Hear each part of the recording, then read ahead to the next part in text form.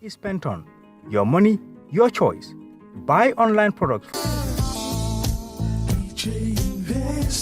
Are you thinking of owning your dream homes? EJ Investment is here for you. Secure our quality bungalows with 2, 3, or 4 bedrooms, or our story buildings, 3 or 4 to 5 bedrooms at very affordable prices with flexible payment plans at our Sanyang Seaview Estate, where you can enjoy the cool breeze with modern infrastructure such as tar roads, covered drainage system, modern electrification with street lights, gated entrance with security posts, and social amenities such as gas station, shopping mall, medical clinic, park, schools, children daycare, and a lot more.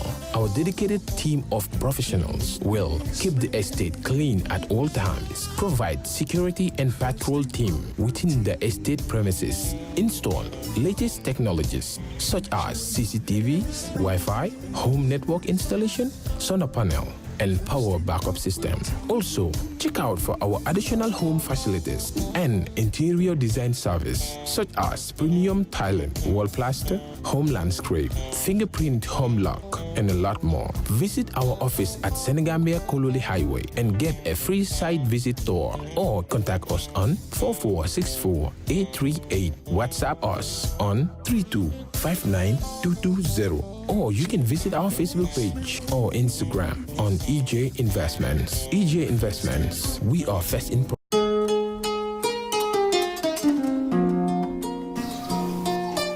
Musa? Na? Mbona talanga kama so? Ai kada marso. Ade faso. Ayo. Do ni mutu. Musa bari yin atisila de. Kema fula atisila munen.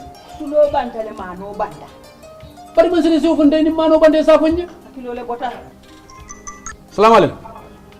Wa alaikum salam ba. Bare. Wa ko do ki yana ne yuna ya moy. Min to yona.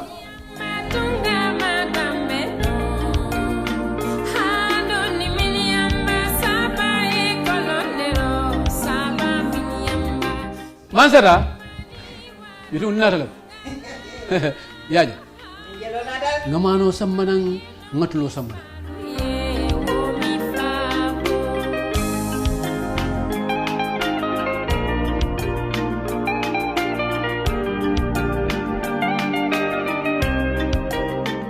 Bismillah. Na nyumanu dia ko. Yalo nyimano wara demen. Jona biro ngayin tawlet. Ngata ko do kama demen. Man façon fula wala beje. Kilo talul tabeje, kilo monni lul tabeje. Hani duli no beje. Ni tale ko do kama. Ni lefta ko do les ko do ta inaita. Na dia defne si manul sanjani tulol ni hani nyin fongonyi alkame to abul kame fo kan dirin klebe ni leminato. Ngabo ndeje. Yuna la kanyul be samana. Itu la kanyul be samana. Yaje.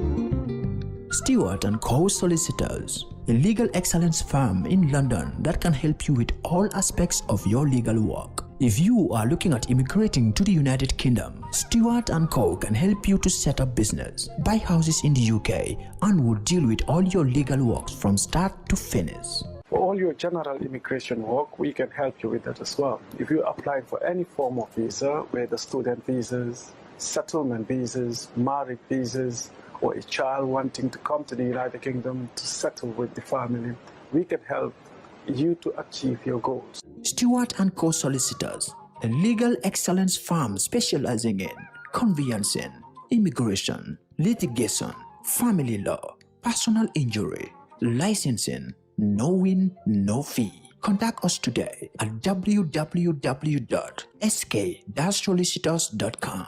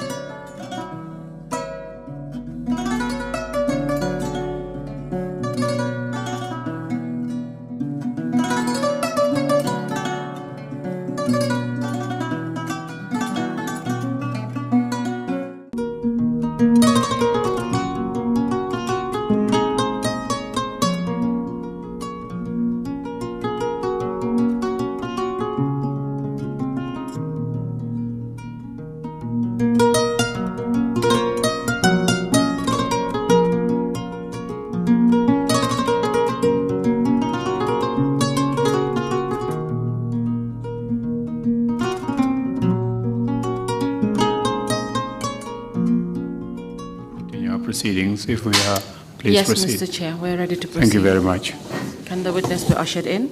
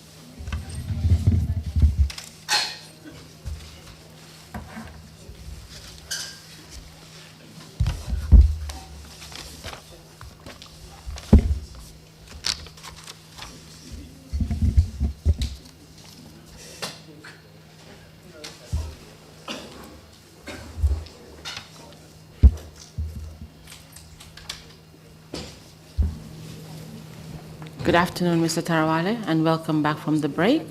Thank you. Before we went away on break, we actually touched on the issues about the demolition of some of your prayer places that existed, but how you were able to resolve and eventually the reconstruction of those said places. We also dealt with the issue of Zakir Naik's visit to the Gambia and how it brought some issues for your sect, the Ahmadiyyas. We also touched on the issue of the Korite visit of the president and that how you are now able to visit again since this new government came in. From this point, I would like us now to move to another issue that which is about the burial grounds for the Ahmadiyya. Can you tell us about the burial grounds for the Ahmadiyyas? Thank you very much, Madam. It was Sunday, 30th August 2017, when one of our brothers, late Masre Diba, passed away in Kersaring, West Coast region. He was brought to Talending, and we have contacted the cemetery keeper, warden.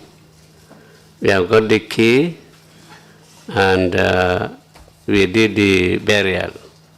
Sorry, Mr. Trawally, if I may just take you back a bit. From the documents that you had submitted earlier, there are certain incidences that took place in 2015 about the burial grounds. Can we start from there?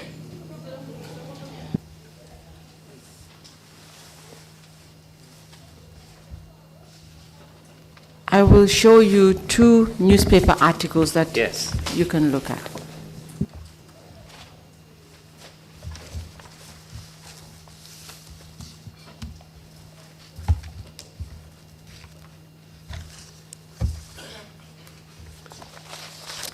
Yes, I've seen. Yeah.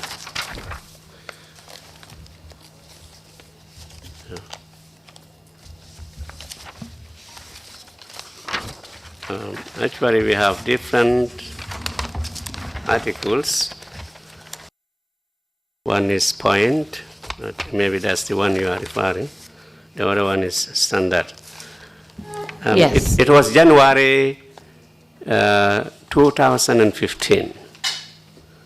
There was a publication by Supreme Islamic Council broadcasted over the national television and the Radio Gambia that Ahmadis should not be buried in Muslim cemeteries. They are not Muslims, the same old story. And many other allegations. They said something about Safullah Khan, that Safullah Khan was forced to resign.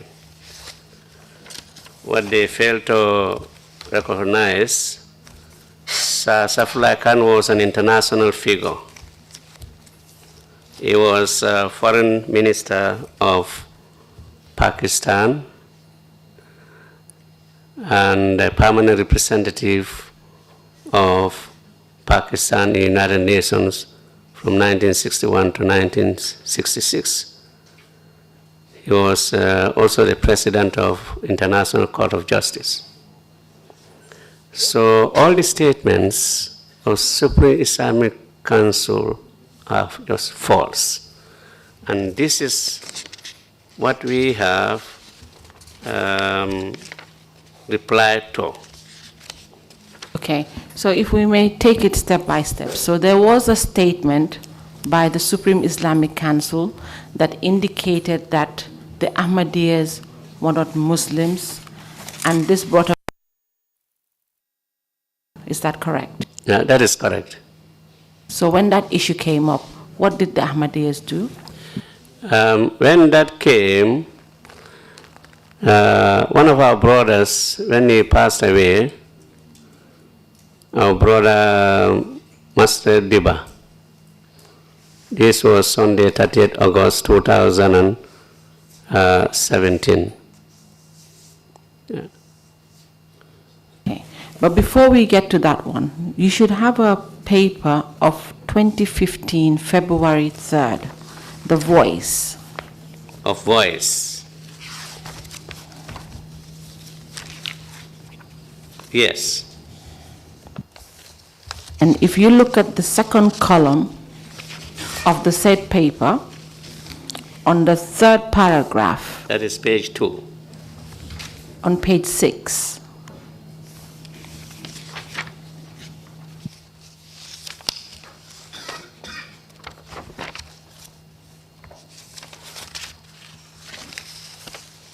I will pass you the paper I'm referring to for identification.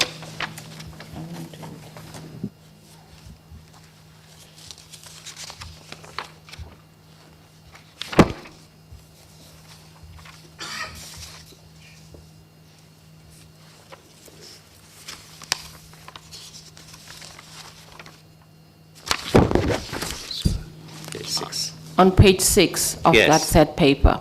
Yes. If you see on the second column, the second paragraph. Therefore. If you may read that part. Therefore, the Gambia Supreme Islamic Council is declaring that the Ahmadiyya Jamaat is a non-Muslim group, in line with the legal opinion of the world. Scientific gatherings which pronounce the group to be outside the pale of Islam, and strongly recommended Muslims not to deal with them religiously. Your usual cooperation and understanding is highly solicited. Signed by the President of Supreme Islamic Council, Muhammad Lamin Toure. Thank you. So following from that, it now brought up the issue about the burial grounds. And you have the paper of the Standard, which is dated the 3rd of September 2015.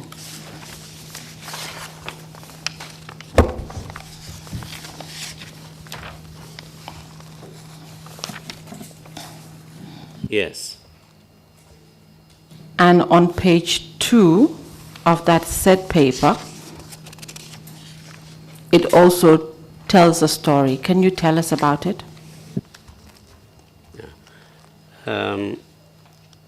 This is our reaction to their allegations, their false statements.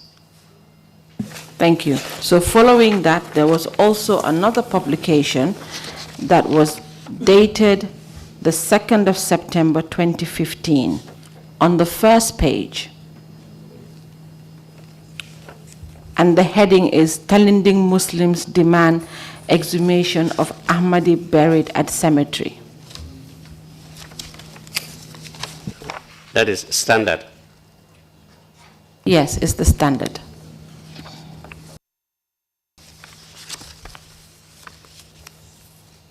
Mr. Usher, can you please hand this over to the witness?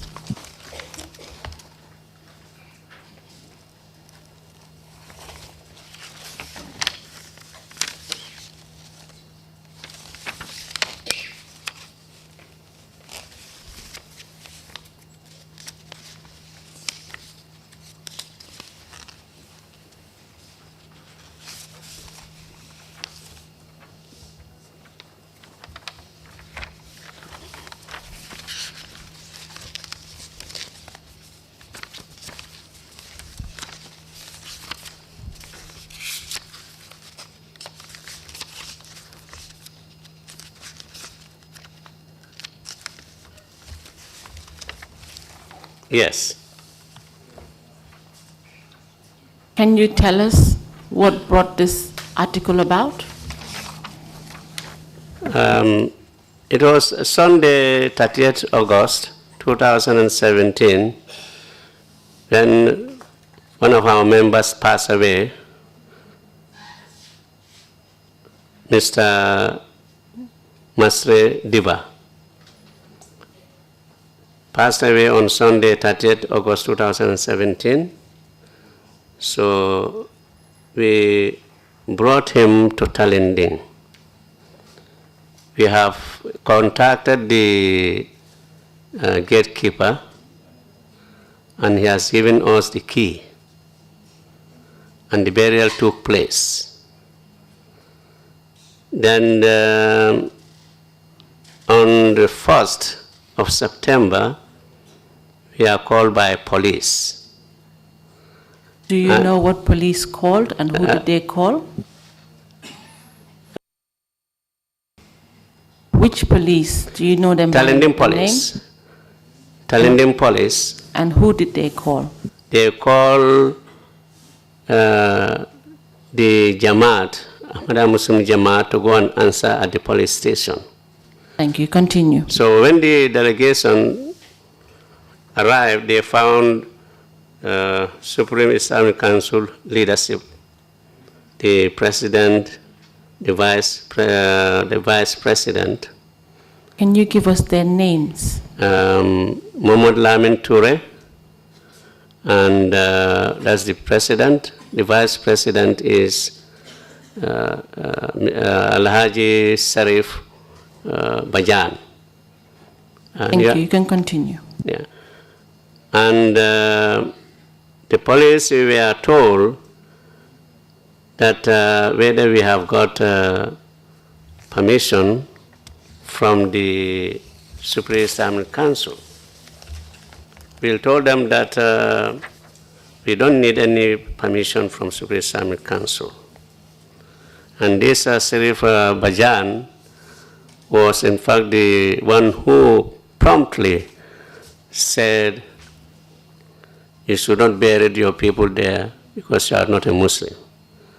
And now, Mr. Trawally, before this particular incident, did you ever have to get permission from the Supreme Islamic Council for your burials? No, in the Gambia, you don't need any permission from Supreme Islamic Council. Before this particular incident? Before this particular incident, we have never sought. It's not the procedure, it's not the mandate of Supreme Islamic Council. The cemetery is under the, for example, the cemetery we are talking, Talinding Cemetery, they are under the KMC. So we cannot initiate that. You have to contact the Alcalo, maybe the sub-Alcalo or representative of Alcalo in that area to get the key. And this is what we did. Thank you. Continue. So at the police station, after narrating everything, the police officer Landin Bojang said, Ahmadis have done the right thing by getting the key from the warden. So Supreme Islamic Council said, okay, you can go, we will decide the issue. So we have not heard anything from them. So but on that already we have done the burial. Sorry, Mr. Trawally. On that particular day, did the burial take place? The burial actually took place a few days before. Continue. Yeah, few days before, they were demanding, calling us, you should go and exhume your disease from the grave. This is the grave where you have such and such pious people. They were claiming that, which totally we don't believe that, we don't agree to that. We are residents of Talinding. I have my compound there nearly 30 years, since 1986 or so. Besides headquarters of Ahmadiyya Muslim Jamaat being in Talinding, personally and others, members, they residents, compounds in Talinding, and they are paying the rates. So we are equally qualified with any other person. So we don't think that you should be subjected to the Supreme Islamic Council's call for this. Thank you, Mr. Trawally. So when you were called at the police station for the exhumation of the body, did you comply with the orders? We don't comply. Can you tell us what happened next? There, even one superintendent can be. He was so unfair, and we have also indicated in our release. As a police, you have openly taken part, telling our members, our delegation, that these are, he meant the Supreme Islamic Council people. These are elders. And there he was told that, what about elders of the Jamaat? So openly, the police has taken part, which are contrary to the laws of this country, because these are the law keepers. They are there to enforce, to make sure that justice applies. They know the law more than us. They know the law more than Supreme Council or any other person. So to make things easier for everybody, straightforward and tell them, just like Officer Landin Bojan did, but a superior can be going further to alter such a statement is very unfortunate. Sorry, Mr. Talaware, the said Kambi, do you know his full name? I don't know his full name. He's Superintendent Kambi, Talinding Police. All right, so after that particular incident and you refused to do the exhumation, can you tell us what happened after that? After that, nothing really happened. It was another incident, Saturday, 6th September, the same year, 2017. Our brother Keba Sane passed away in Talinding. We have contacted the Alcalo. We have contacted the main Alcalo, Ibu Baji, the late Ibu Baji, who passed away I think a few months ago. And he referred us to the area representative, area representative of Talinding Sikap. His name Alassana Baji. So we contacted him. We told him that one of the members passed away, so we need the key. So he said, you come at 2. When I doing the burial, we are doing the burial at 2. So please, you can come and get the key. So before 2, we were called members, the Jamaat members, we are called at the same police station. So our delegation led Naib Amir Alhaji Ibrahim Ambo. They went to police station and they found the Supreme Islamic Council president, vice president, that is Mullah Amin Toure and Alhaji Sharif Bajan, saying that you are denied a burial because you are not a Muslim. Sorry, you met them at the police station? We met them at the police station. So they were already there before your members arrived? Yes, and any time we are at that police station, we will find that they will have discussion with the Supreme Islamic Council. Madam, there have been many burial places, many cemeteries, because there is, as I said in the morning, there is not a single Islamic sect that has not been declared non-Muslim. These people, Supreme Islamic Council is targeting the Jamaat, one way or the other. And throughout, they have not been successful. And it's very unfortunate to say that any trouble in this country about religious issues, Supreme Islamic Council is behind. Thank you, Mr. Trawally. So on that particular day when you were at the police station and they raised the issue that you could not bury the deceased at the Talinding cemetery, what happened next? Afterwards, we took the deceased to at the gate of the cemetery. We found the police there with the key, which is very unusual, because that's not the job of the police. And few calls were made. We were there almost, we were there more than 1 hour standing. It could have been a disaster, but we have to contain our members. Yeah. Eventually, Kim Colley, I think his name is Kim Colley, he came. He said, you open the door. So the door was open and the body was buried. Our brother was buried. Madam, it is important to say, our lawmakers, our authorities, they need to exhibit justice.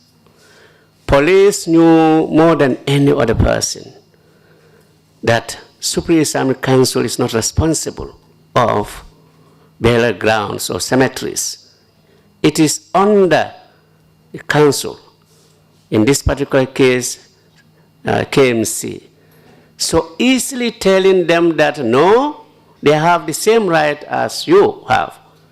It could have been over, because the Alcalo or sub-Alcalo, Alassana Baji, said you come at 2 o'clock. Come and get the key at 2 o'clock. But Supreme Islamic Council and elements are always there creating problems for one or another, because the intentions are bad. So you're telling this commission that you face more difficulties in your sect due to certain statements that were made by the Supreme Islamic Council? Yes. And these were some of the issues that brought about you having difficulties in burying some of your followers. Yes. Did you have any other incidents apart from these two?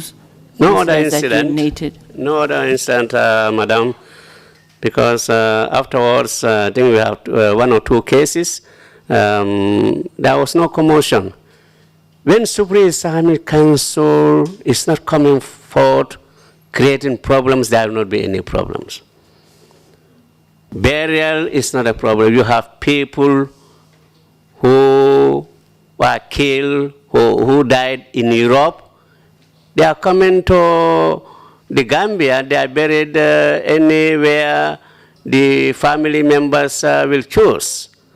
So if these particular people, they are always after creating problem for one or another, it's very unfortunate.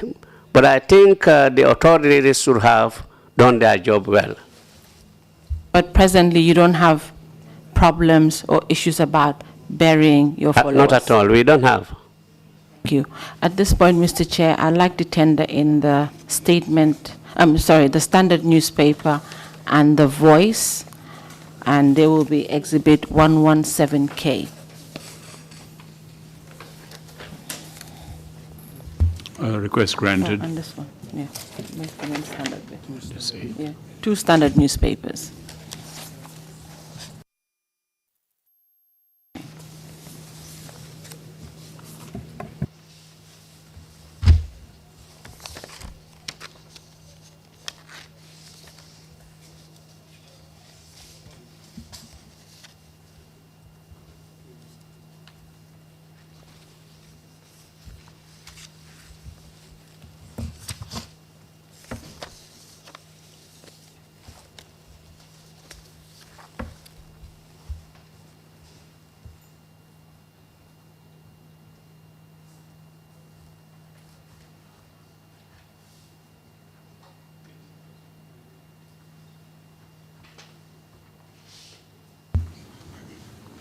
Apologies, you probably didn't hear. I said request was granted.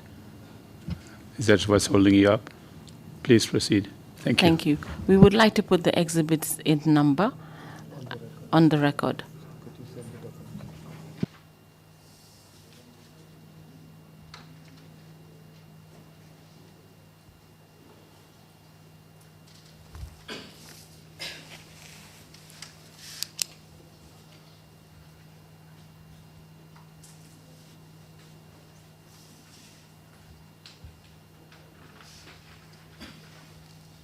Mr. Chair, the Voice newspaper dated Monday, the 2nd and Tuesday, the 3rd February 2015, shall be Exhibit 117K1.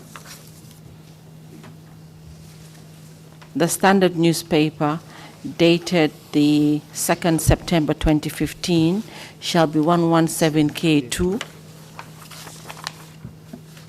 And the Standard newspaper dated the 3rd February 2015 shall be 117K3. Noted, Council. You may proceed accordingly, please. Thank you. Thank you. Mr. Trawally, I would now like us to move to your next point, which was about the issues you had about the sighting of the moon for the Ramadan prayers. Madam, sighting of the moon should not have been a problem or controversy in the country. Before the formation of Supreme Islamic Council in 1992, declaration is done by the Imam Ratib of Banjul. Announcement will be Imam Ratib of Banjul and some other elders, especially those who have seen the moon. They will name over the radio for the entire population. So people will start fasting tomorrow. If the moon is sighted, After fasting, the Korite Idul Fitr will take place. This was the tradition. Even at that time, there was small controversy, division, but quite less than nowadays. When Supreme Islamic Council came, they took over this. The council and Imam Ratib of Banjul announced that the moon is seen or another place has seen. But make Mr. it worse. Trawally, please, when the council came, can you give us a time frame of when you're talking about? We are talking of the time frame during the Second Republic. During the Second Republic. Thank you. You may continue. During the Second Republic, the announcement will include Supreme Islamic Council, Imam Ratib of Banjul. But there was a Korite Idul Fitr upon courtesy call on the President of the Second Republic. In that sitting, the President asked, can we not pray with Saudi Arabia, with Mecca? Most of the Saudi, yes, we can pray. This is where it began. So when they are announcing, they will announce that Saudi Arabia saw the moon or Mecca saw the moon. We are praying, we are fasting tomorrow. We are praying this day. So this didn't go well with many people. Mr. Trawally, was your Jamaat present at that said? I was there that particular year. I could not recall the year, but this was 2 years or 3 years before I was not invited. I was in that sitting when this question was raised. And this is why they came and to be announcing Mecca has seen, Saudi Arabia has seen, or we are praying tomorrow. In that meeting, since you were present and the issue was raised, did you raise any objections at that time? No, at the meeting I didn't say anything. I didn't say anything. Yeah. Madam, what Supreme Islamic Council failed to understand, even countries around Saudi Arabia, sometimes they don't pray. And past few years, some years, you have years we pray with Saudi Arabia. Others we don't. We have seen that. It happened. Yeah. So and this tell has us what problems you started to face? The problem, the public, other religious leaders face, I think it's a kind of a threat. That if you don't pray that particular day, you'll be arrested or you are arrested. But all this Supreme Islamic Council is behind. We never have any problem as far as we are concerned, because at any time announcement is made over the TV or radio, we go by that. For the past 50 years, except 1 year. 1 year, our Naib Amir, Alhaji Ibrahim Ambo, while a principal at Tahir Ahmadiyya Muslim Senior Secondary School, they saw the moon for the prayer. And the message was sent to GRTS. They didn't announce it. We didn't fast. We prayed. any commandment that is against the teachings of the Holy Quran or the Sunnah of the Holy Prophet, we don't adhere to that. Yeah. So at any time before this particular year, were there times that you would cite the moon and still send the message for the announcement? Individuals will do. Your Jamaat at any time? Jamaat, we don't. We just listen to the radio, TV announcement or radio announcement. So did anything happen when you prayed? Because we prayed the same day as announced by the government, by the state. So there was no problem, you know. But it has brought so much confusion, so much threats, which should not have been there. The Holy Prophet Muhammad sallallahu alaihi wasallam has not said that you follow the Saudi Arabia. He hasn't said that. You start your fast with the small moon. You break your fast with the small moon. That's the prayer. So if we are quoting Saudi Arabia for that, that is very unfortunate. And the Holy Prophet Muhammad sallallahu alaihi wasallam went further. Love Arabs for 3 or 4 things.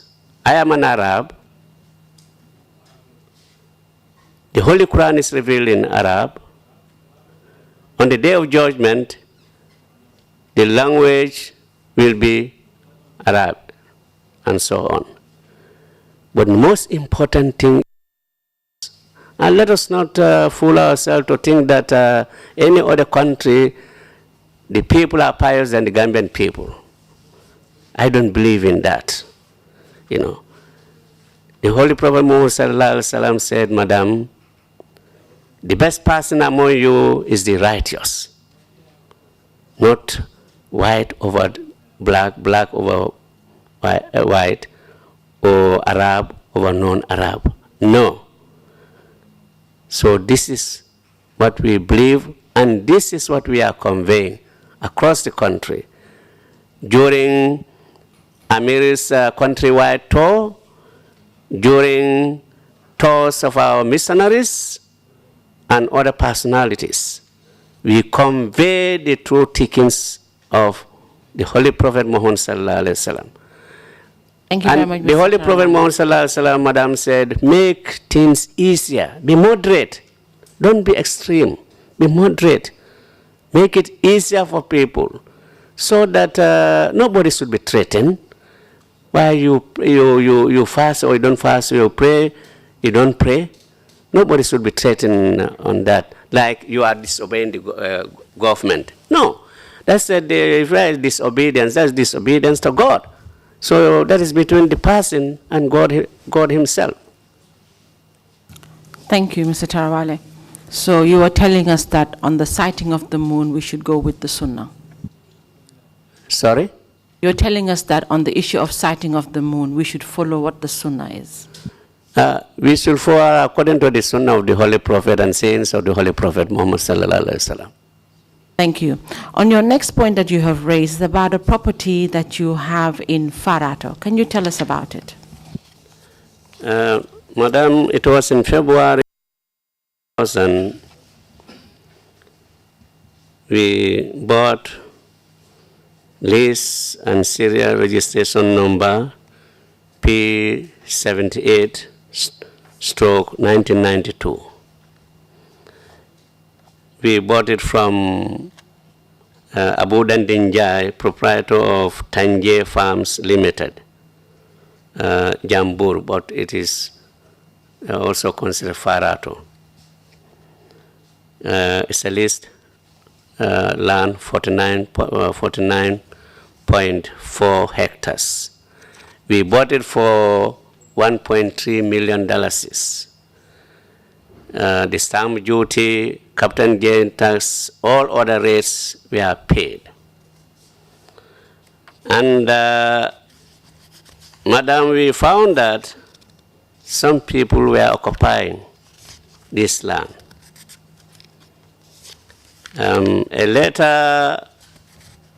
The matter was taken to court. A judgment was given. by Justice Savage. In whose favor was the judgment? In whose favor was the judgment? The judgment was in the favor of Ahmadiyya Muslim Jamaat. It was dated 4th July 2002. And against who? Who were the parties in that matter? Other partners, Usman Foon was one, Sharif Muhammad Hydra, Samba Jallo, Arfan Ansudiba, Salum Balde, Keba Toure, Kadir B.I., B.I. Noku Manga, Lieutenant Manga Gano, and Samba Jao. As far as the... Trawally, were these the local occupants of the land? Sorry? Were they the ones occupying the land? The names that you've just given us. Yes. Were they the ones occupying the land? Yeah, among them. These are the people, were the people who were occupying. But now it is a village. So you received judgment that this land is legally yours? Yes. Have you been able to execute on that judgment and take back possession of the land? Madam, the authorities were not able to execute because they have these army people and other personalities, so execution cannot be done. Wife of Edward Singate, but when we contacted him, he said he never knew that this land belonged to the Jamaat, so he left, according to him. And you have Sergio Fofana, the Navy commander. You know, he also has a plot of land there, and many other personalities. You know, so it was very difficult to execute. But the president of the Second Republic directed, and this is the letter dated 13th April 2015, reference illegal occupation of the Jamaat land by squatters. Reference is made to the letter quoted dated 31st from the Ahmadiyya Muslim Jamaat, the Gambia, addressed to your ministry. This letter is to Permanent Secretary, Ministry of Lands and Regional Government, Quadrangle Banjul. Your ministry and copy to this office concerning the persistent occupation of the Jamaat land by squatters. I write to convey the executive directive that the Honorable Minister of Lands and regional government should take necessary action to remedy the situation before 30th instant. That's 30th April. Signed Ndei M. Jai for Secretary General. Copy to us, Amir Ahmadiyya Muslim Jamaat, the Gambia. Can you please tell us what happened after this letter was written?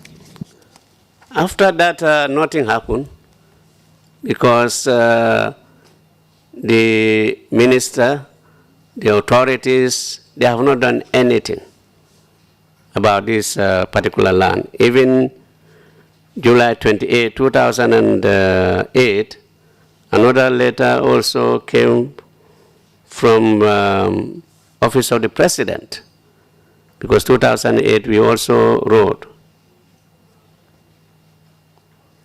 Can we get that date again? 2000 and? This is July 28, 2008. Illegal occupation of Jamaat's leased land at Jambur, Combo South. Thank you. Up to date, who is occupying that land? Madam, so many of them. You have more than 200. So you still have not been able to execute the judgment that was given to you? We have not. Why do you think that is the case? Well, I think the authorities, they have not done their job since. We have contacted the governor, the alcalde, and all the ministers who came to local government. We contacted them.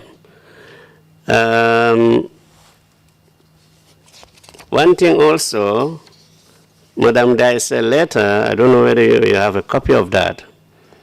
This letter was written by Sharif to Army Chief of Staff.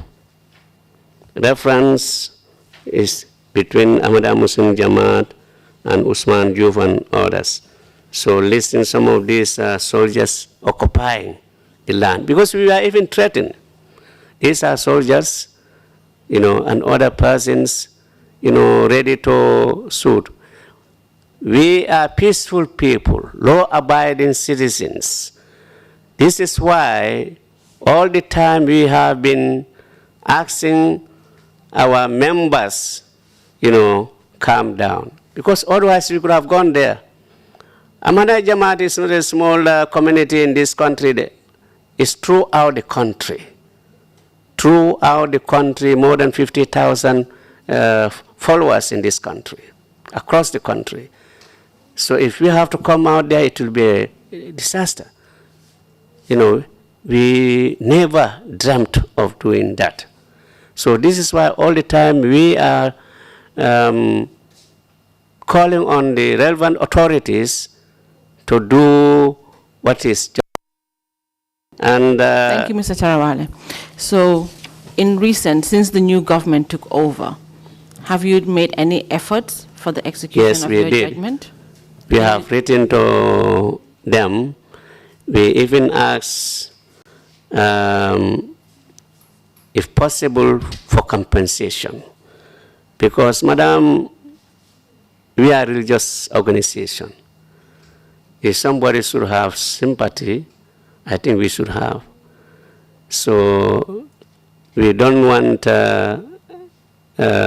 government to come out, to evict those people. It's almost impossible, and that was the intention.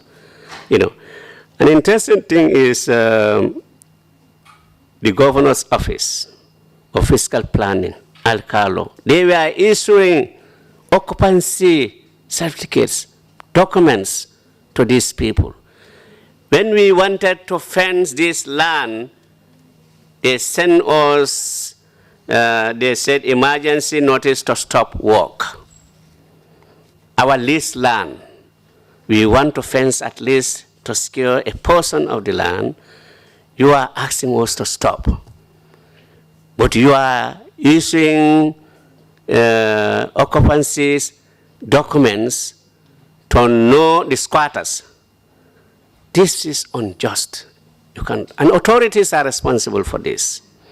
Because some of them, what we learn, we don't have the original ownership list. But some of these authorities or their secretaries or so and so, they have plots in this land. Some of them sold, but the list is there. And this is dated 21st of December 2015.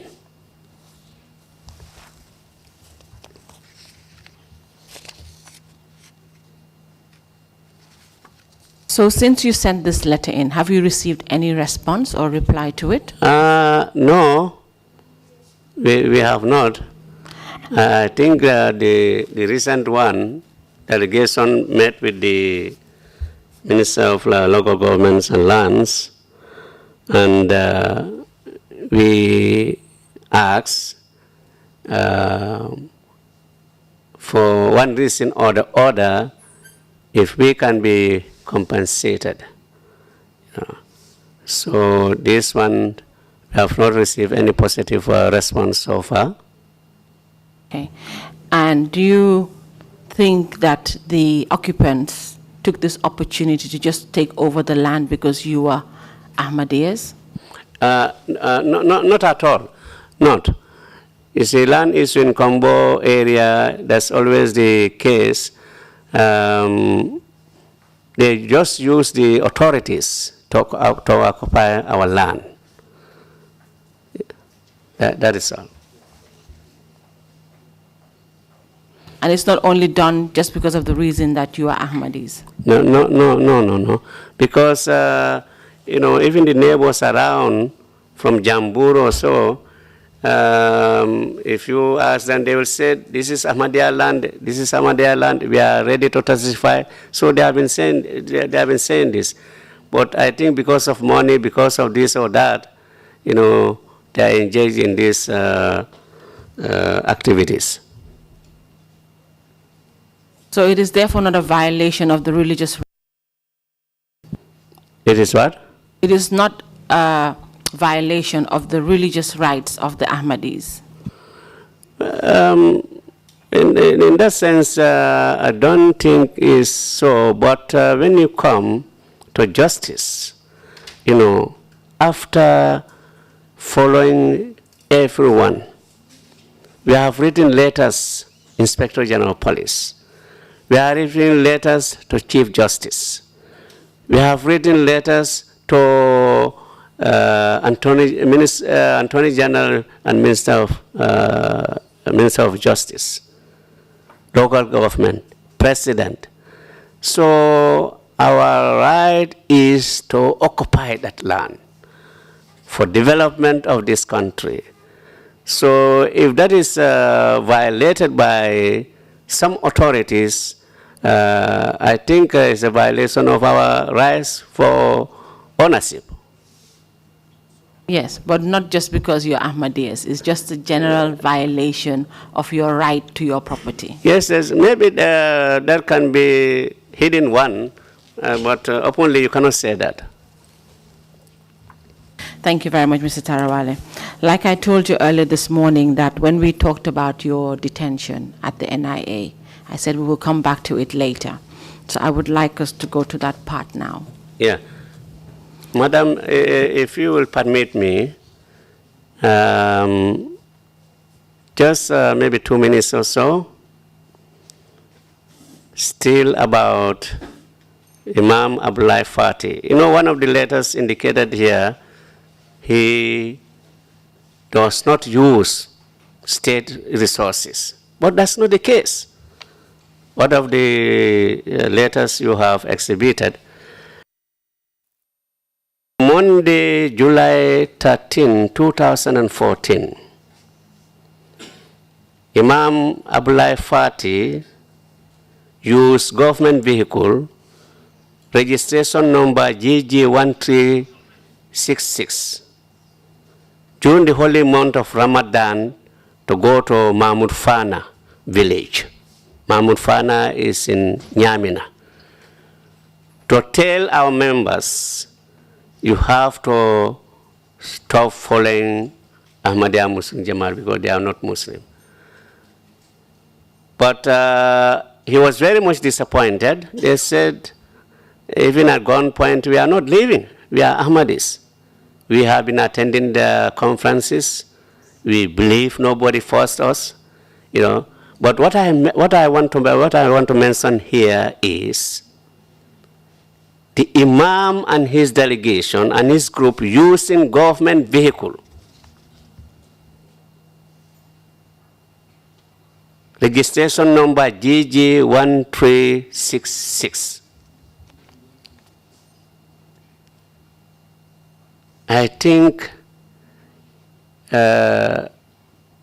this is very wrong. If they want to go there, they can take their private vehicles or private vehicle as a delegation, but using government resources for such is totally wrong. Madam, this is the man up to a point thinks that if the president says this, I can also say this. This is the trend. Arrest you, He didn't order for you to be arrested. I arrest. What authority? Where are our authorities? That particular person, where was he taken? Is it just for you to keep that individual? We should be ready to forgo our position to establish justice, absolute justice. For us to have peace, justice must prevail. For just to have peace, or harmony, security, stability, justice must prevail. So thank you very much. This is what I want to convey. The last one, Madam Ahmadiyya Muslim Jamaat will continue to. Imam Fati? Yes, response to Imam Fati, you know, that. Go ahead. Yes. Imam Fati said, Ahmadis, our farm, they are destroying. He does not know the real history of this country. Ahmadiyya Muslim Jamaat, since its inception, is involved in the development of this country. When we got our independence, February 18th, 1965, it was the Amir of Ahmadiyya Muslim Jamaat on records, Maulana Ghulam Ahmad, who prayed for this country, for its peace, stability, security, and prosperity. And the first Ahmadi head of state in this country is an Ahmadi, Sir Muhammad Farman Singate.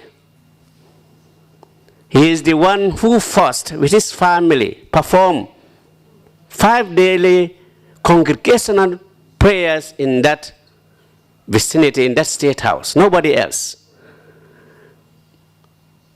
But they are so ignorant that they want to obstruct justice. This group of people, I mean Supreme Islamic Council, because Imam Fati and his core, these are the people. Madam, I have CDs here, flash drive here, castigating the Jamaat. Various radio stations, including Supreme Islamic Council radio station Al-Falah, saying so much nasty words against the founder of this Jamaat, against the Jamaat members. They are doing that maybe through ignorance, but these are extreme people.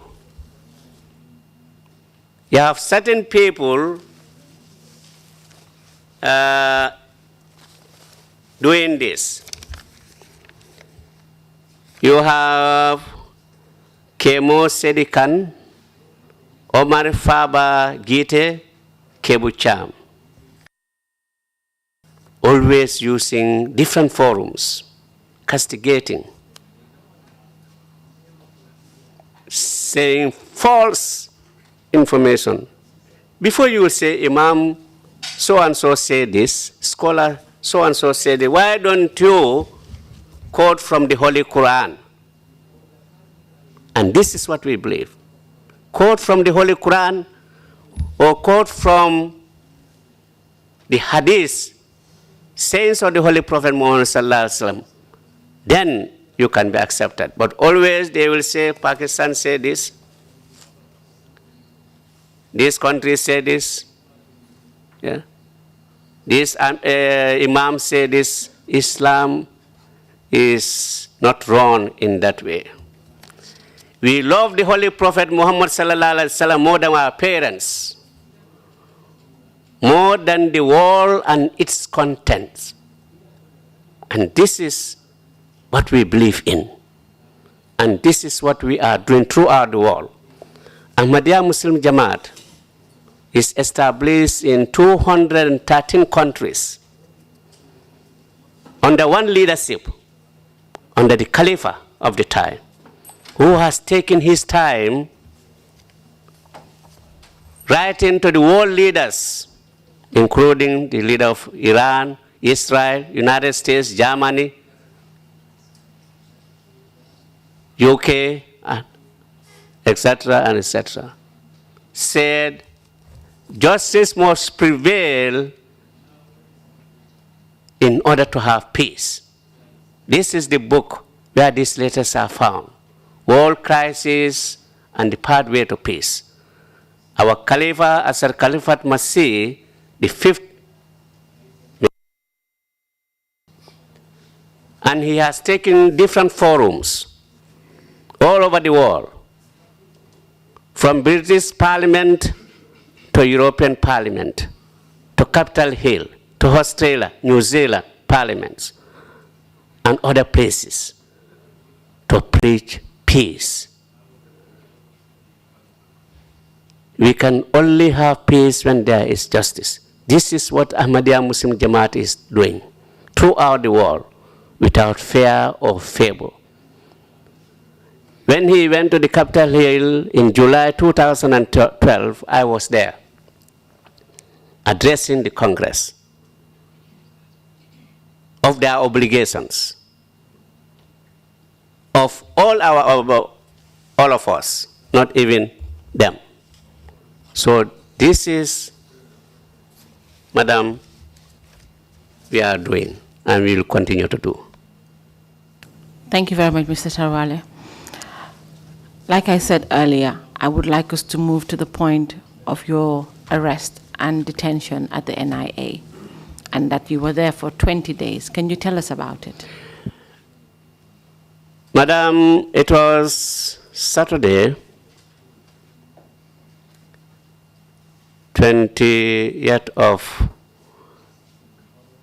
May 2009, after returning from Tanzania on a study tour.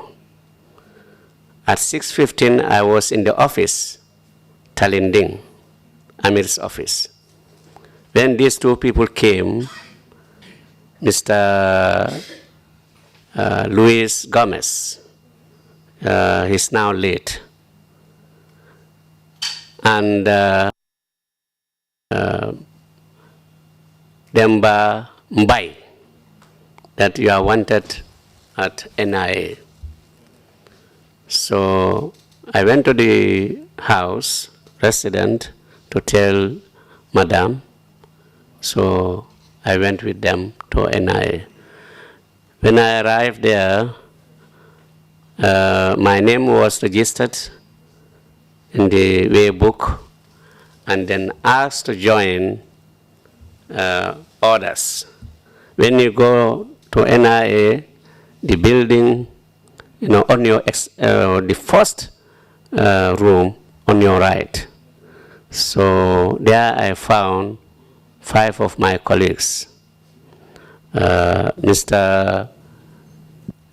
Bakare Sanyang. Sorry, when you say your colleagues, in what? My colleagues, I mean TRRC, Gambia Revenue Authority. These are officers I found there. Mr. Bakare Sanyang was the Commissioner of Domestic Taxes before income tax. Mr. Idrissa Toure, he is late now. Mr. Babukar Mbai, Babukar Loom, Moulamin Marena, and Momodu Gay. When you were actually picked up by the NIA officers, did they indicate to you why you were being requested to go to the NIA? No, there was nothing indicated, just you are wanted at NIA. So at the time that you got there and you met your work colleagues, still at that point tell you why you were at the NIA? No. So continue after you met your colleagues there, what happened? Yes. So that is the room during the night. That is the room during the night where we will sleep. And immediately after Fajr, there is another room further. I think it's a conference room or so. That's where we will go. The whole day we will be sitting there. So after dawn, after sunset, after Maghrib, we'll come back to the same room. So it was there I received my dismissal letter. This dismissal letter was dated 22nd of June, 2009. This is to inform you that Public Service Commission has concurred with the executive directive to dismiss you from the service with effect from 22nd June 2009. Prior to receiving the letter at NIA, were you questioned in any way? No, I was not. Were you all kept together? We were all in the same room. Were you at any point put in a cell? No, not at all. Continue. Yeah. So we were there. Then on the 17th of September 2009, I was reinstated. The following day, 18th of September 2009, the appointment was rescinded. On the 9th of June 2009, when we were released, all my colleagues, they went out. A man came from State House. He stopped at the gate outside. He asked, "Where is the Amir?" They told him that he is inside. So he came. By then I was in the same room where we normally sleep. I was packing my things. He came, my elder brother and my younger brother, they were all standing. Sorry, Mr. Trawally, 1 minute. At that time, had all the other, like your colleagues, had they already left? They left. They left, some of them were outside the premises, outside the gate, not within NIA compound, outside the gate. That's where he found some of them. Others, I don't know whether it's a tradition or what, that you have to go to the seaside to wash your body, this and that, which I don't believe at all. We Ahmadis, we don't believe in such. So he came in, as I said, my elder brother and younger brother were standing. He said, "I'm sent by the president." He said, "Sorry, he has never asked for you to be arrested or detained. He asked them to investigate." I think that was pleasing, because if you can get such a statement from the head of state, I think that's very pleasing. So I have to pack my things and to go home. Do you know the name of the gentleman that came from the State House? Madam, these people, they don't introduce themselves. I'm from the State House, that's it. So, yeah. And he was from State House. Yeah. Okay. And this is what he told a few colleagues outside the gate. So after you packed your stuff and you left and went home, what happened after that? After that, it was this particular day, as I have said, reinstatement 17 September 2009, which was rescinded the following day, 18 September 2009. And Madam, let me say it here. Even if it was not rescinded, I will not have accepted. I will not have accepted. Okay. So then at that point, you were terminated. Dismissed. You were dismissed, yes. At the NIA, were you at any point tortured? Not at all. Were you at any time treated in a way that was inhumane? No. They were very nice to us.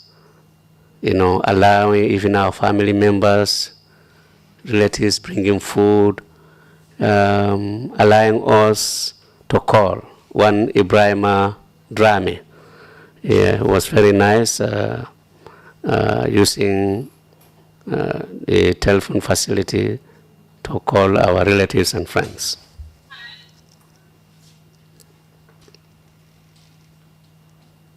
Mr. Trawally, whatever you may think about your dismissal, do you think it has anything to do with the way you practice? Madam, maybe when you come to, at the end, as a human being, you may feel that.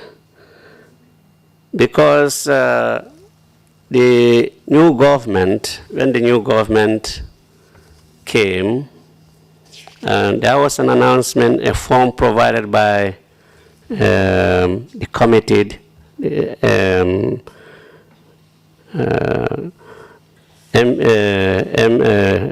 PMO, that if you think you are only wrongfully dismissed, you can fill this form and bring, which I did.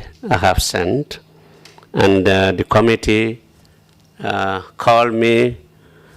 There, I have narrated everything, and eventually, I was reinstated with retirement. But when you come to that decision also, you will see that there is a gap of justice. Please note that the period from the date you were dismissed to the retirement date will not attract payment of salary. However, your salary will be connected for the computation of your retirement benefits. Madam, that's not the policy of the government.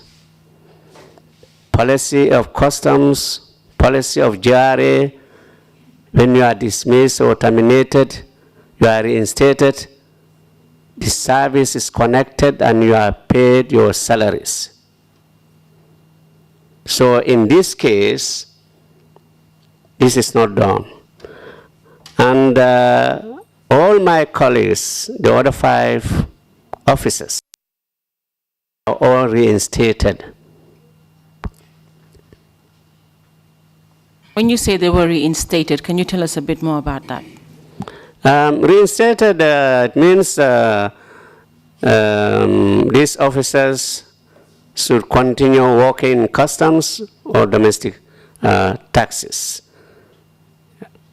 So that's what it means. And they have got, they are, of course, got their salary, because we have people in customs previously who were terminated, who were dismissed, they came back, they were paid what they call, I don't know, drawback or what, their salaries, they are paid. And generally, that's the policy of the government. Because it's a wrongful dismissal or termination. Can I ask why you were retired? Is it that you had reached the retirement age?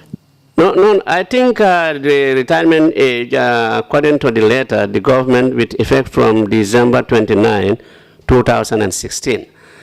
The retirement of the government is 60 years. So when you are retired, it depends on the, not even the department, but the superiors, to say we can give you the contract, or the department can request for that, we want this man's services. But as I said, even if I am requested to return, I will not have done that. So then really you have no complaints if you were not going to even go back if you were reinstated. Sorry? So then you really have no complaints, because even if you were reinstated, you wouldn't have gone back. I don't think I will have gone back. That has not happened. So that's not the case here, because they have paid the retirement benefit of gratuity. They have paid that. But this salary from May to December 2016, that is not paid.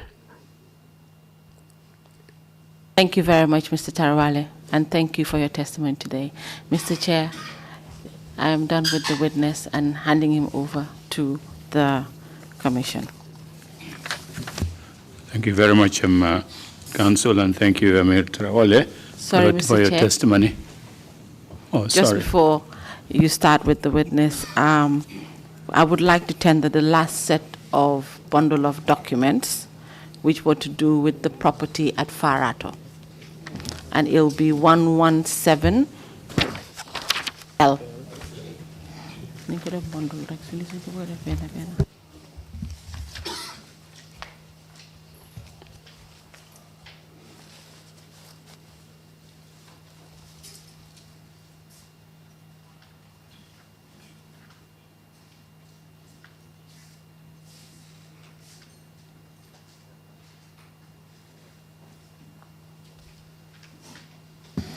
Mr. Chair, the letter dated 13 March 2019, headed Illegal Occupation of Jamaat Lease Land at Jambur Farato, Kombo North District, shall be 117L1.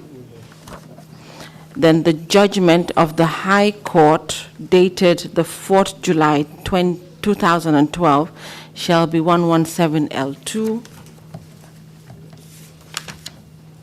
The writ of possession of the High Court dated the 16th of November 2002, dated the 26th of November 2002, shall be 117L3. The lease with serial registration number 78/1992 shall be 117L4. The assignment bearing serial number 8 of 2000, volume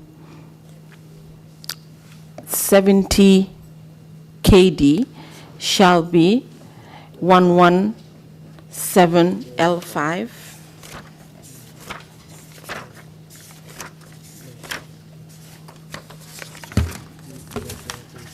The letter dated the 13th April 2015, illegal occupation of the Jamaat land by squatters to the permanent secretary, shall be L6. The letter dated July 28, 2008, from the permanent secretary to Mr. Trawally, illegal occupation of Jamaat lease land at Jambur, shall be L7. I already said the date. The letter dated the 29th April 1998, which indicates Western Division Land Administration Board, shall be L8. And then the letter dated 7th June 2004 to the Army Chief of Staff, bearing heading CS 59/2001, which is the judgment reference, shall be L9. The emergency notice to stop work dated the 21st of December 2015 from the Department of Physical Planning shall be L10. The letter dated 28 May 2002, headed illegal occupation of the Jamaat land to the Director of Physical Planning from Mr. Trawally, shall be L11. Thank you, Mr. Chair. Thank you. All noted and request granted. You are sitting next to the lead counsel. Your L references, L1, L2, L3, L4, reminds me of the day that two of us in the General Assembly of the United Nations, where L documents are draft resolutions. So he was going on with that one, L1, L2, L3, all draft resolutions. But anyway, request granted. And commissioners, if you have any questions, please indicate. Commissioner Jones, you have the floor, please.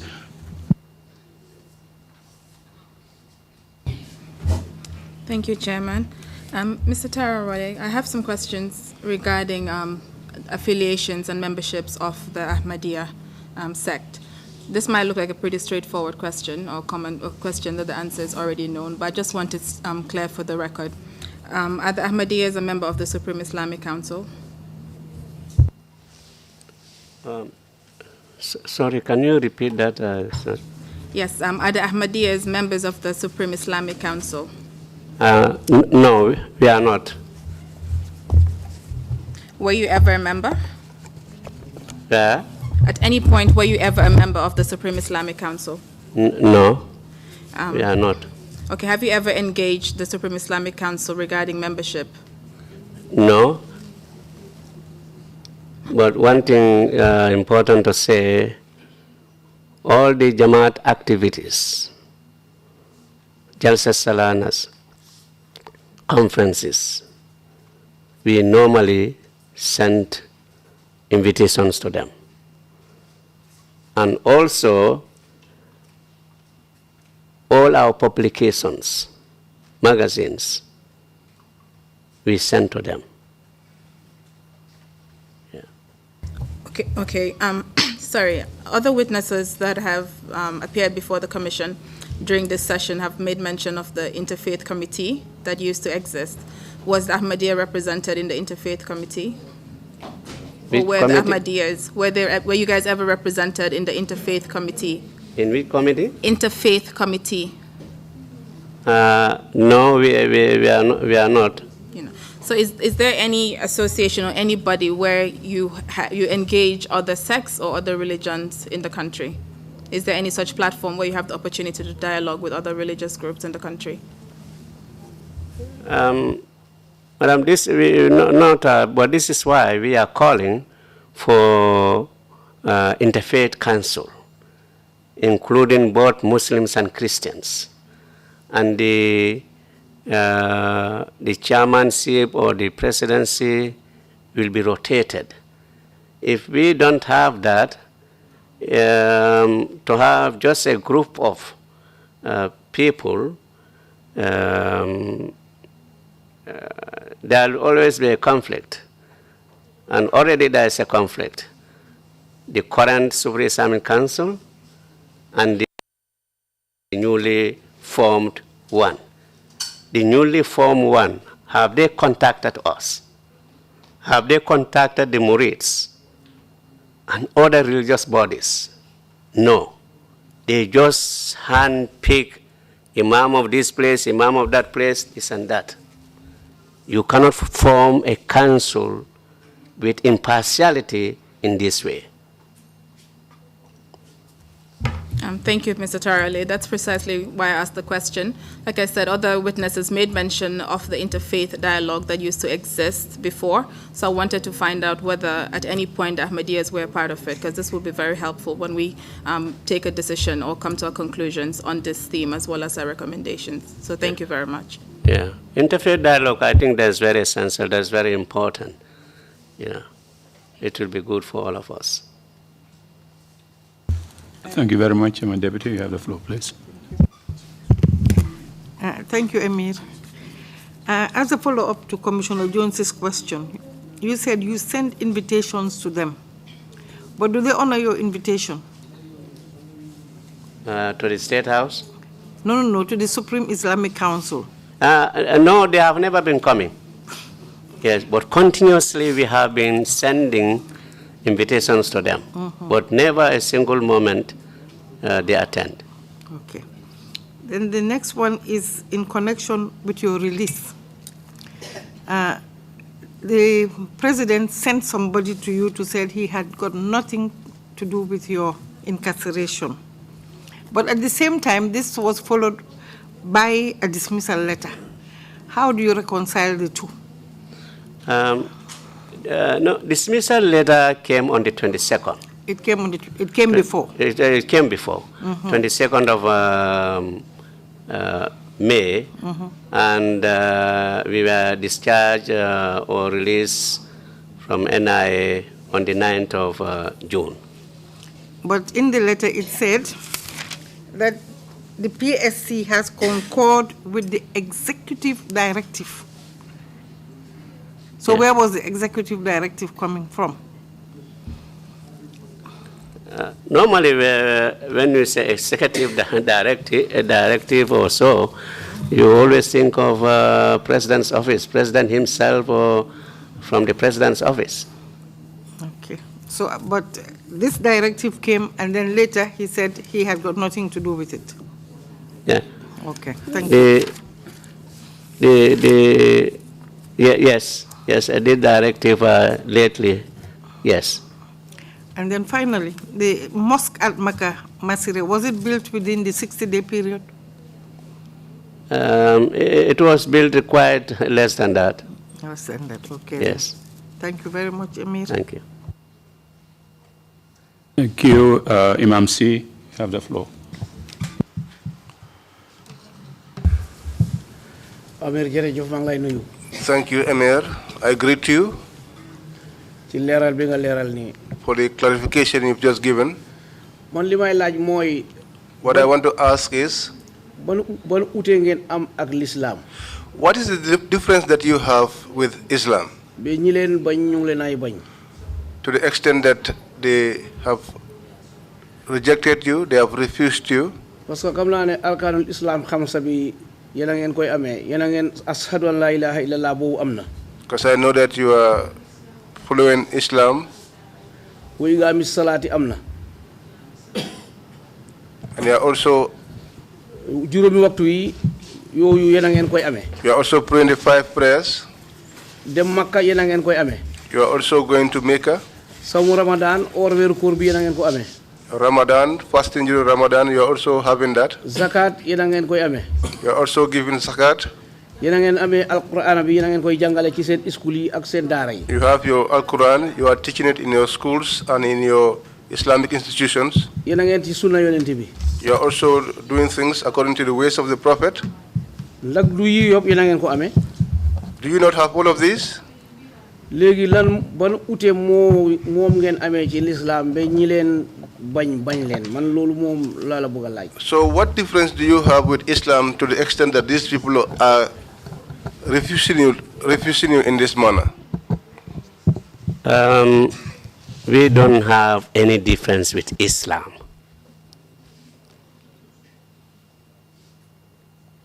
Islam, as you have rightly said, based on 5 fundamental pillars, which Ahmadiyya Muslim Jamaat is performing.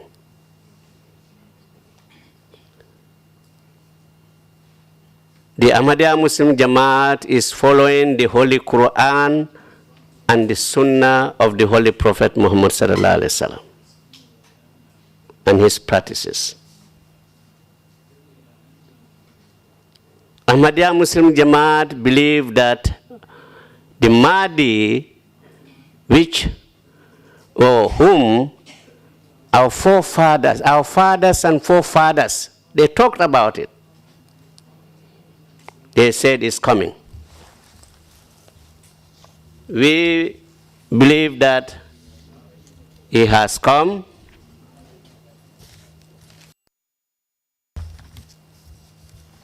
With all the signs shown, we believe that Mahdi has come. And the Holy Prophet Muhammad sallallahu alaihi wasallam said, "For my Mahdi, there are 2 signs. And these two signs will be done in the month of Ramadan. And exactly this is what happened.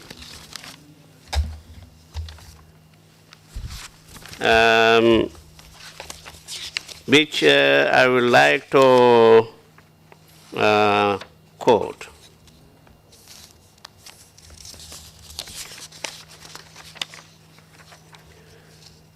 The Holy Prophet Muhammad sallallahu alaihi wasallam said,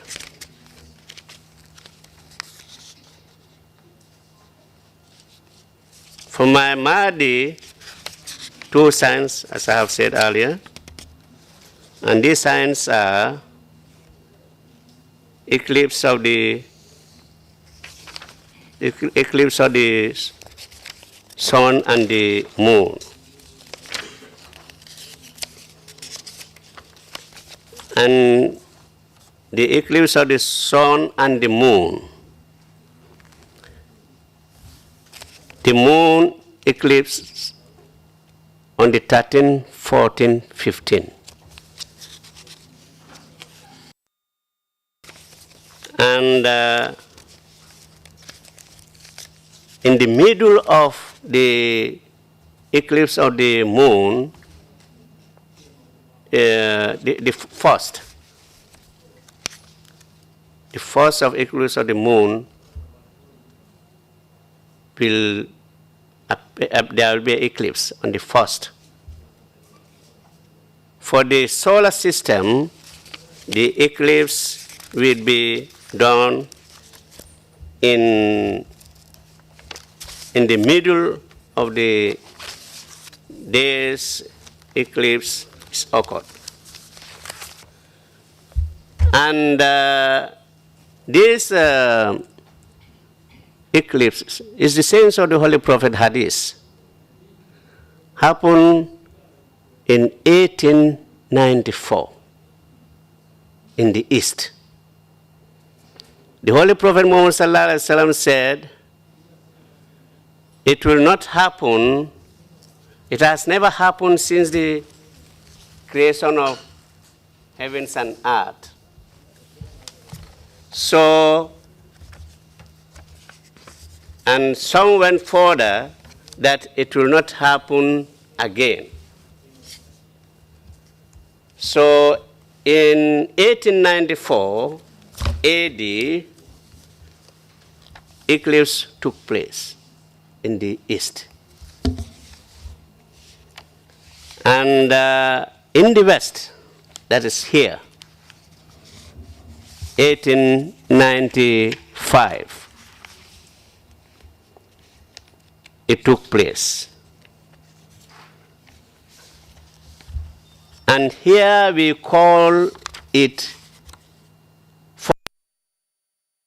in Senegal, they call it Atum Juma.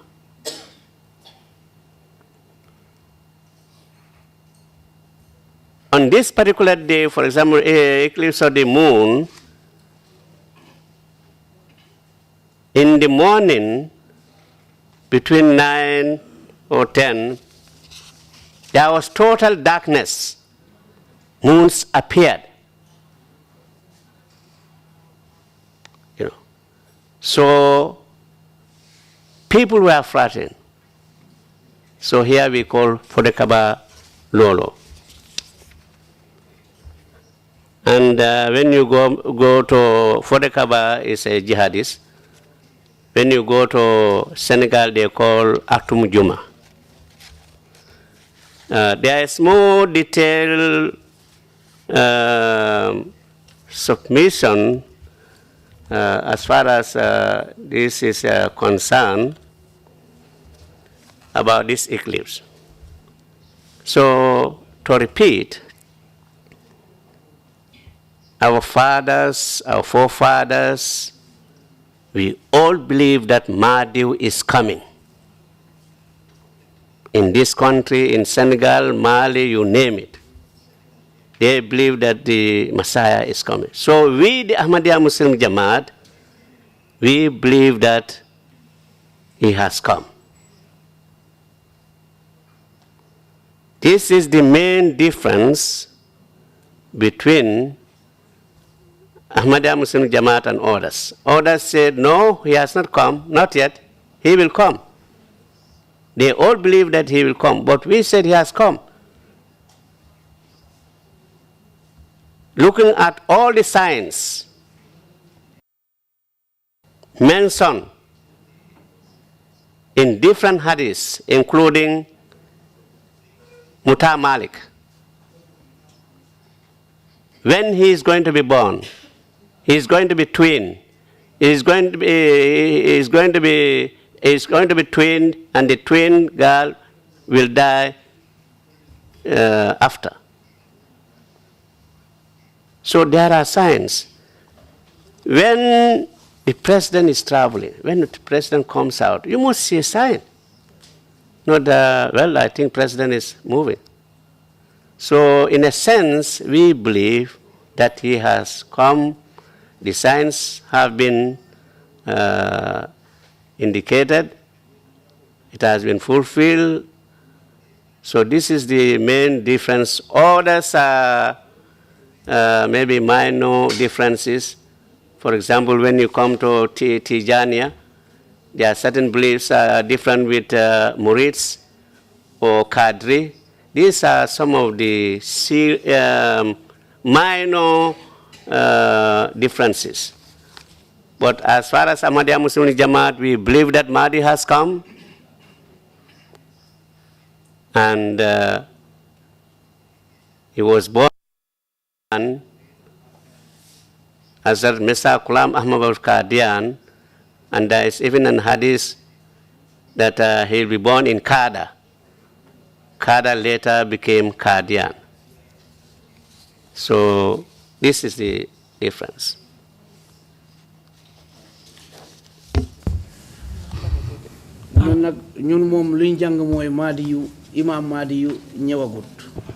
What we have learned is that the Mahdi has not yet come.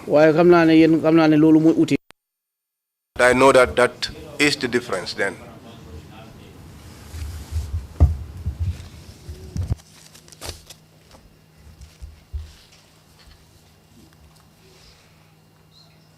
Oh, sorry, I thought you were replying to Imam on that one. If not, okay. Sorry? Muta Malik, was that the only reference for what Prophet Muhammad had said? Or if there are other references there, but what hadith number is that Muta Malik that he made reference to? What's the hadith number? Do you know? Muta Malik is a book of Imam Malik.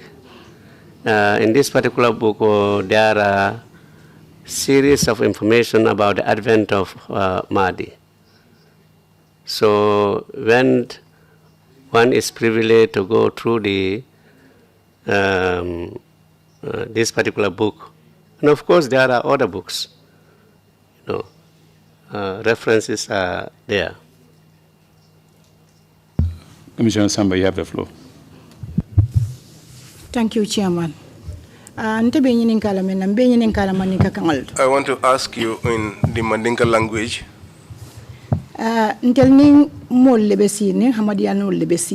We are living together with Ahmadiyyas. We go to each other's naming ceremonies as well as each other's funerals. But when it's time to pray, like praying for a dead person,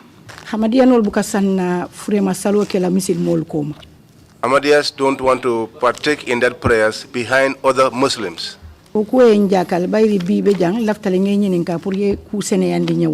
That issue has always surprised me, and given that you are here today, I would like you.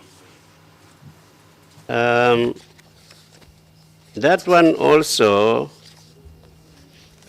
I think I have mentioned one of them also, that the Holy Prophet Muhammad sallallahu alaihi wasallam said, Imam Mahdi, he is going to be your imam. He will be from you and he is going to be your imam. And when he comes, you pay allegiance to him even if you have to crawl on the snow, on the ice. So this is one reason. At the formation of the Jamaat, early days, according to information, they were praying together. But when you are declared that you are not a Muslim, especially in that part of the country, so this was the time the Jamaat started praying separately. But the important thing is, according to the information, according to the hadith, Mahdi is going to be your imam. You should follow him. You should pay allegiance to him.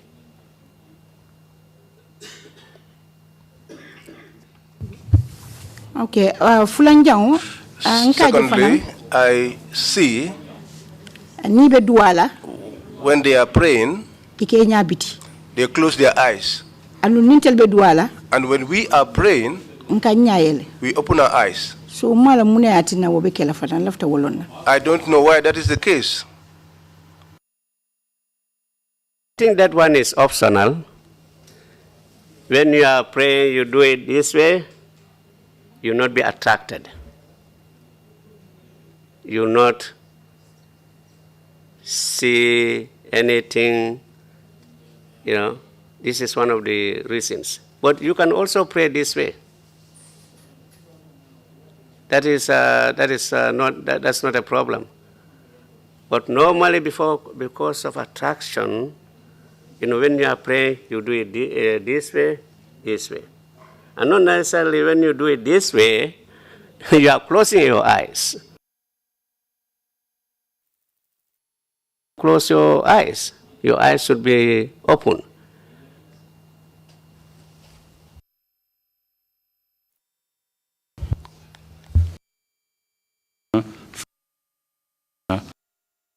You may proceed now. Concluding remarks if you have any. From me? Yes. Mr. Chair, Vice Chair, and all the commissioners, the lead councils, all staff of TRRC, and the audience here and the viewers. We thank all of you. We want to begin by expressing our gratitude to Allah, the Almighty, for bringing us this day. The Ahmadiyya Muslim Jamaat went through a series of trials for many years. It is indeed very important that we do this sitting so that the country can move on the path of peace, stability, and progress. It's an Islamic sect that believes in the advent of the promised Messiah and the Mahdi as Holy Prophet Muhammad sallallahu alaihi wasallam, the founder of Islam. The Holy Prophet Muhammad sallallahu alaihi wasallam has prophesied that in later days Allah Almighty will raise a man who will come to reform and rejuvenate Islam and restore it to its pristine purity, because people will have added a lot of which are not part of his teachings. This Imam will not bring a new law. It's a Sharia, as the Holy Quran. He will simply revive the teachings of the Holy Prophet Muhammad sallallahu alaihi wasallam. The Ahmadiyya Muslim Jamaat believes that the Holy Prophet Muhammad sallallahu alaihi wasallam is the last and final law-bearing prophet. And and that after him no prophet will come to bring any new thing. The promised Messiah and founder of Ahmadiyya Muslim Jamaat al-Islam writes, relevant is a proper observance of my teaching. It is essential that one should firmly believe that there is an all-powerful, all-sustaining Supreme Being, the creator of everything, changeless, everlasting, and eternal.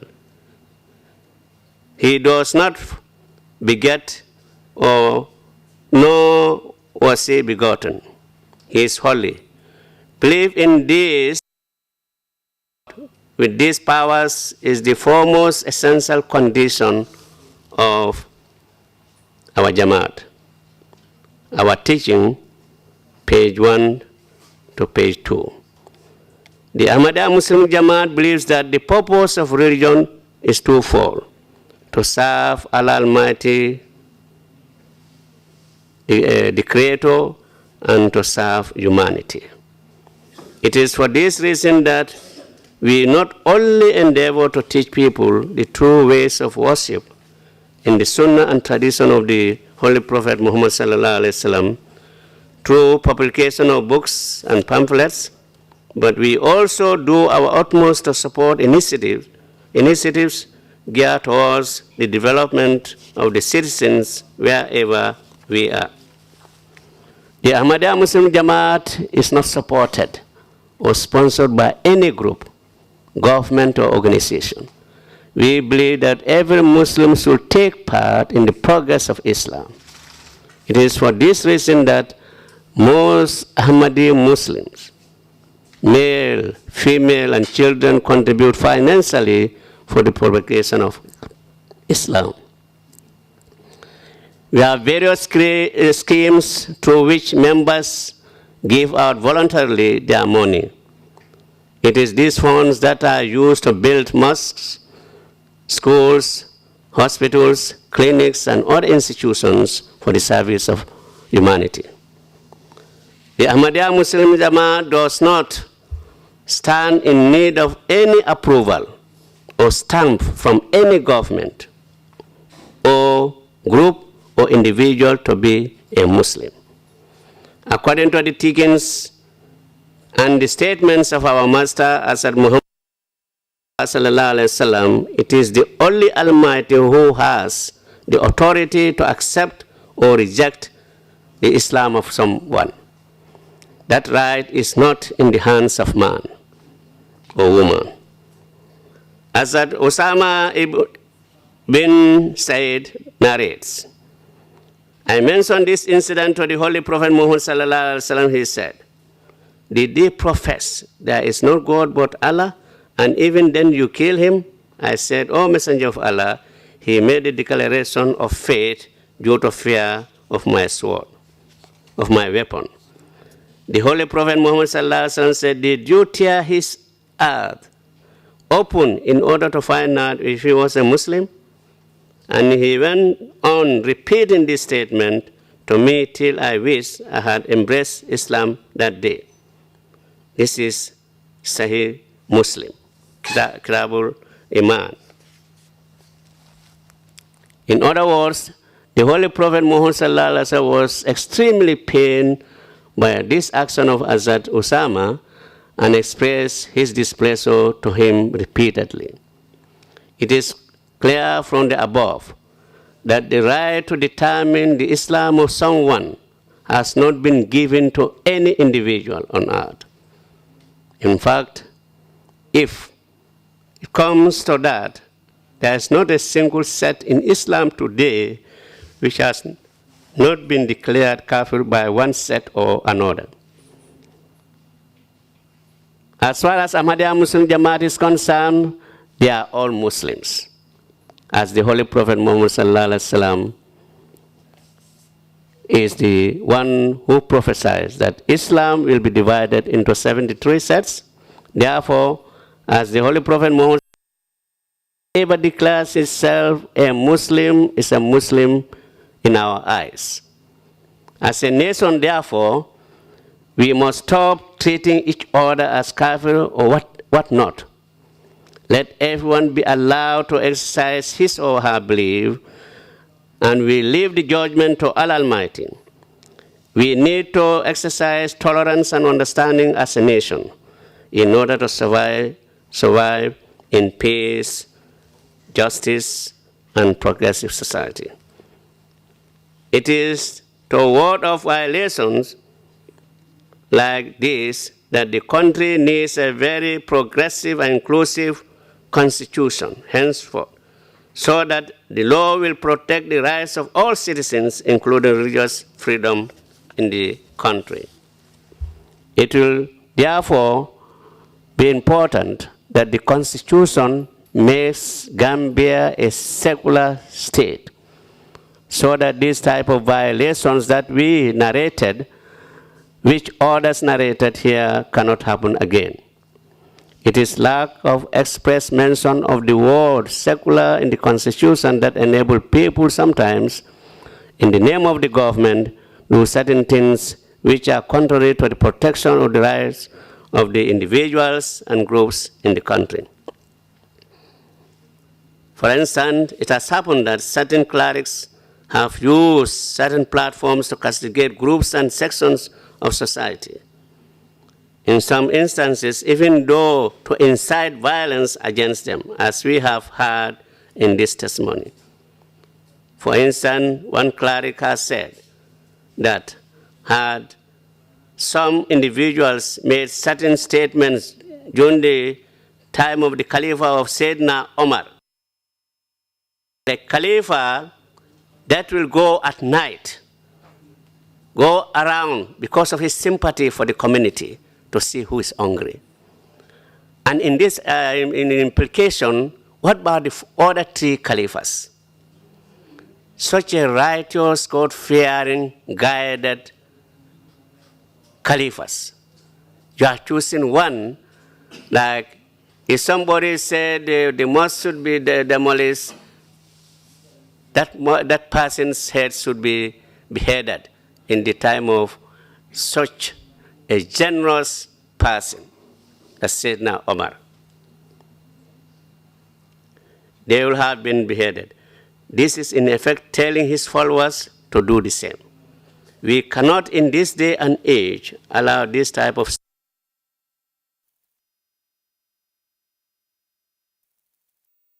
a radio and television station.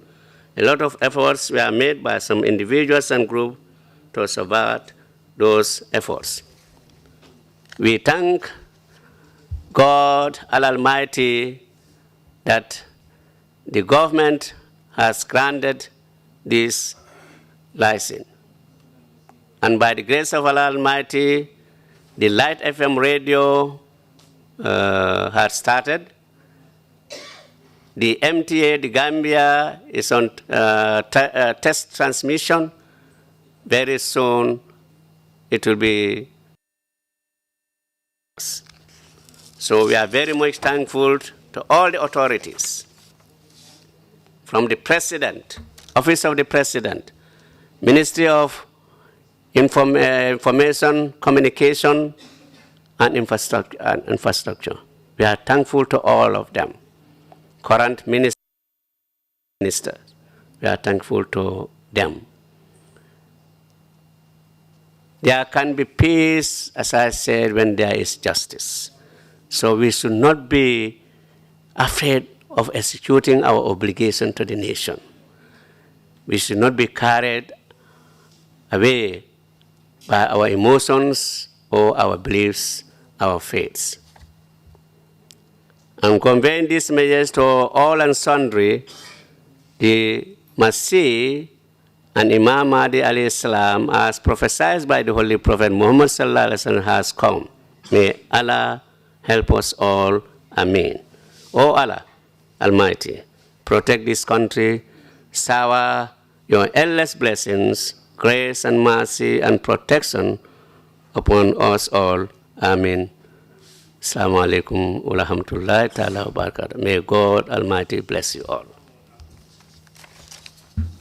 Thank you very much indeed, Mr. Trawally, for your testimony and for your concluding remarks. and may the Almighty answer our prayers. Thank you very much for coming to testify. Thank you. This brings us to the end of the proceedings today. We will resume our public hearings tomorrow morning, 10 o'clock sharp. Thank you all very much for coming. Meeting is adjourned.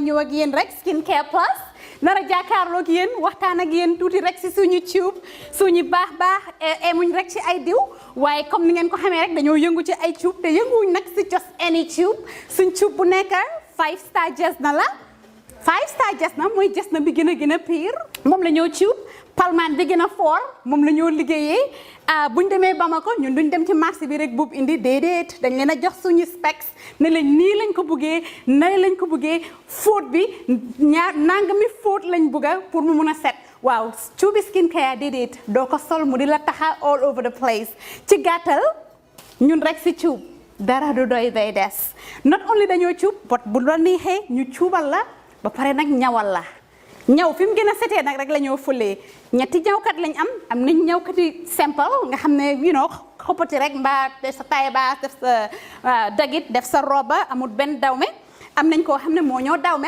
dawme jigéen den am nañ tamit special ñawkat boo xam ne ñawi góor rek la ñoo defal nga bugg a sa his and hers muy korité muy tobaski mbaa muy ngénte muy takka mbaa nga bugg a rek def sa yëkka bu baax a baax daagul ba ñëw skincare plus ñu dimbali la tànnal la cuub fam gën a baaxee ndax sa yëkka gën a foor lii nga ne lan xoolal bi takka la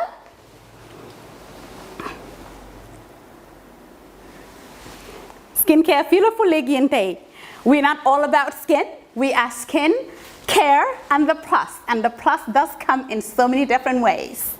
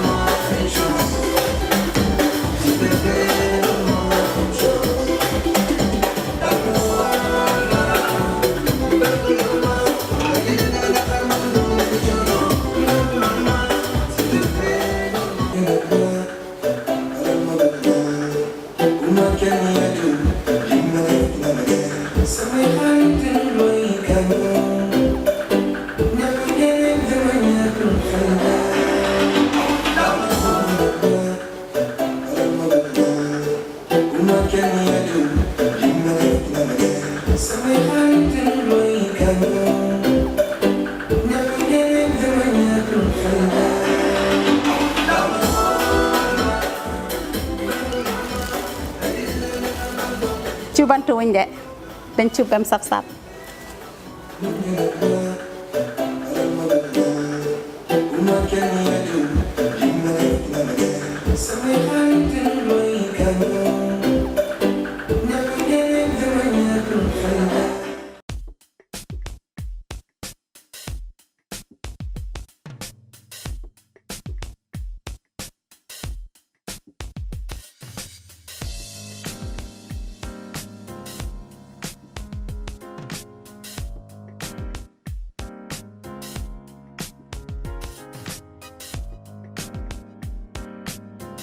Miss B Designer Outlet is the #1 quality and affordable stop shop for all your needs. Get your evening dresses, suit and ties, office wears for both ladies and gentlemen, beach wears, sport wears, pure leather shoes for men, quality belts, bags, heels for all beautiful ladies, original perfumes, accessories, and a lot more.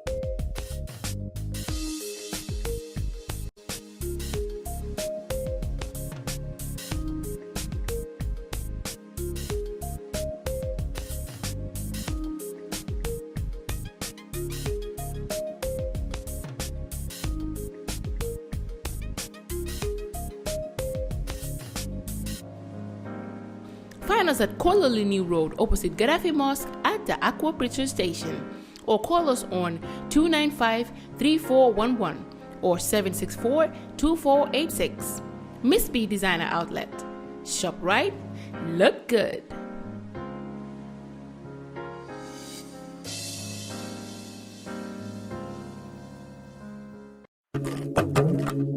Do you live abroad and want to build your dream home in the Gambia without risking your funds and family ties?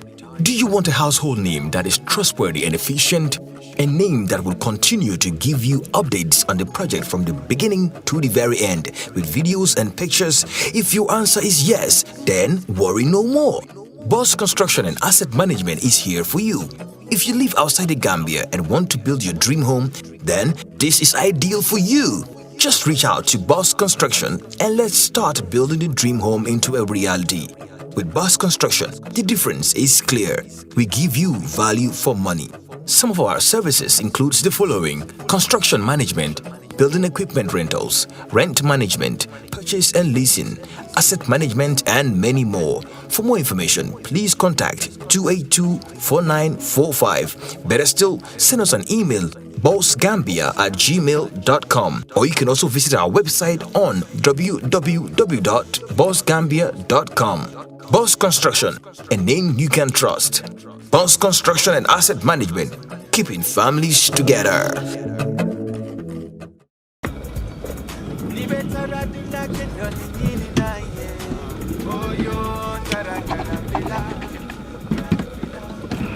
No, ini bara. Alright, okay. Welcome. Basically, lot of lala me along is cool, man, that I can really relax. What the madam? Yeah, that's what the madam? Yeah. Let them do somebody. That's fine. Grand Villa.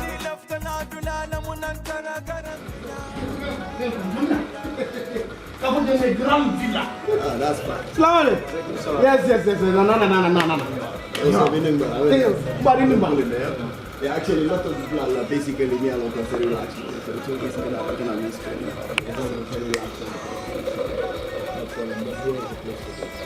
Nina Fani say what? Nidia, Nena Grand Villa is the best guest house in the Gambia. Beji andikam Grand Villa Guest House. Na labungul bebe senyaring adum na bungul bebe nyarandiring coming ibela fila ila suwe taranyame. Until Grand Villa na kiliano la lafino wale mukanwatin telkang. Na ye sabati Grand Villa yela kodo na fa kalamuta.